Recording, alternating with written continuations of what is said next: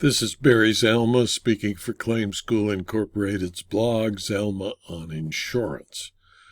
Today we're going to speak about the problem faced by courts and legislatures known as public policy, which is often found to be vague and uncertain, and one that must be used seldom to rewrite statutes, and that courts should never counter the work of the legislature by use of public policy without very serious consideration.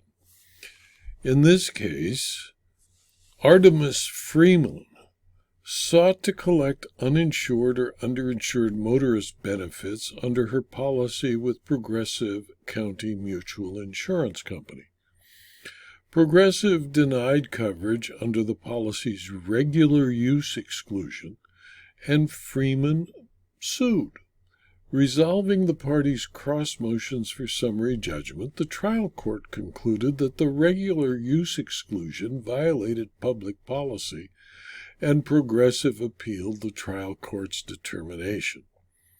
In Progressive versus Artemiz Freeman, a May 14, 2024 decision of the Texas Court of Appeals, the court explained the importance of protecting legislative action.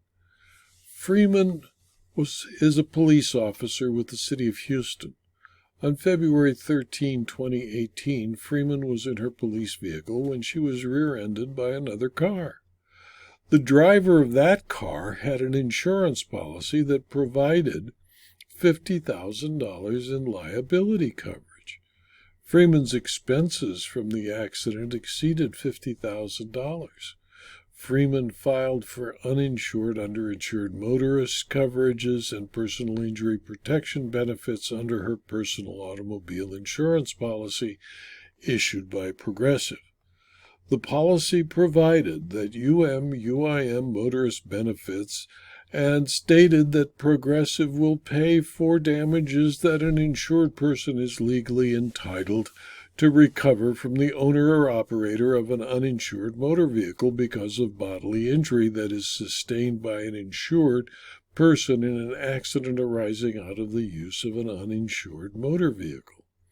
The policy also, however, included a regular use exclusion applicable to the coverage, which stated in relevant part as follows, quote, "Exclusions. Read the following exclusions carefully, and if an exclusion applies, coverage will not be afforded under this part of the policy. Coverage under this Part 3 regarding UIM and UM coverages will not apply, 1, to bodily injury sustained by any person using or occupying a motor vehicle that is owned by or available for the regular use of you or a relative." Progressive denied Freeman's claim for UIM benefits on the grounds that her policy excluded bodily injury sustained while a person was using or occupying a motor vehicle owned by or available for the regular use of the insured, because Progressive concluded that Freeman's police vehicle fell within the exclusion's definition of a vehicle available for her regular use. She was driving it as part of her duties as a police officer. Progressive paid Freeman personal injury protection benefits pursuant to her policy. Freeman also received workers' compensation benefits from the city of Houston. Freeman sued Progressive in June of 2019, asserting claims for breach of contract, breach of the duty of good faith and fair dealing, and violation of the Texas Insurance Code. Freeman also requested a declaratory judgment stating that she is entitled to an award of UIM benefits.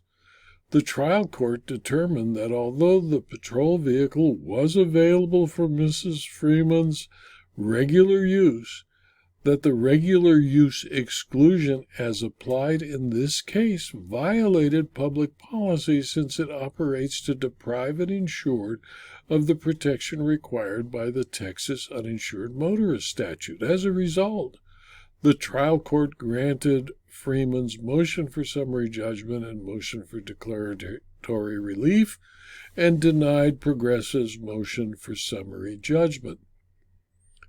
To protect motorists from financial loss when they are involved in a car accident with uninsured or underinsured motorists, Texas law requires automobile insurers to include UM/UIM coverage in their policies unless the insureds reject that coverage in writing. The underlying policy behind the statute is the state's interest in protecting conscientious and thoughtful motorists from financial loss. The trial court concluded that although the patrol vehicle involved in the accident was available for Freeman's use, the regular use exclusion as applied in this case violated public policy. Public policy, however, can be a vague and uncertain term. Courts are apt to encroach upon the domain of that branch of the government if they characterize a transaction as invalid because it is contrary to public policy unless the transaction contravenes some positive statute or some well-established law. Based on this record, according to the Court of Appeals, it could not conclude that Freeman had met her burden, that she has suffered any financial loss, or that Progressive's policy violates the state's interest in protecting conscientious and thoughtful motorists from financial loss. The trial court therefore erred when it held that the regular use exclusion as applied in this case violates public policy. The judgment was reversed, and Freeman will take nothing on her claims for UM/UIM benefits and attorney's fees. In my opinion, insurance policies are contracts that must be interpreted as written. The trial court felt sorry for Ms. Freeman's injuries and decided that the public policy of the state of Texas was that the regular use exclusion was violated, for which the Legislature had enacted UM and UIM laws. The Court of Appeals found that the use of the concept of public policy to reverse a clear and unambiguous statute and clear and unambiguous policy wording was violative of the separation of powers between the legislative and judicial branches of the state government. It is essential that laws be applied as written, and public policy changes to state statutes must be used rarely and with a great deal more confidence than that proposed by Ms. Freeman.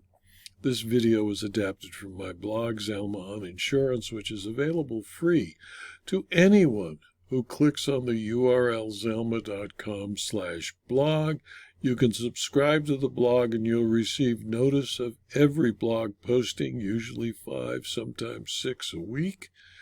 And you'll have access to the more than 4,800 blog postings. You can also subscribe to these videos on YouTube or rumble.com. They're free. And if you do, I'd appreciate it if you click on the like button on YouTube and the thumbs up button on rumble.com.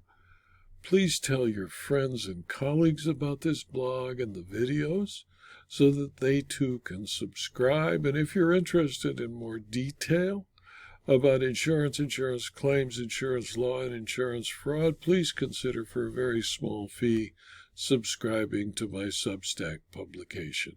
Thank you for your attention.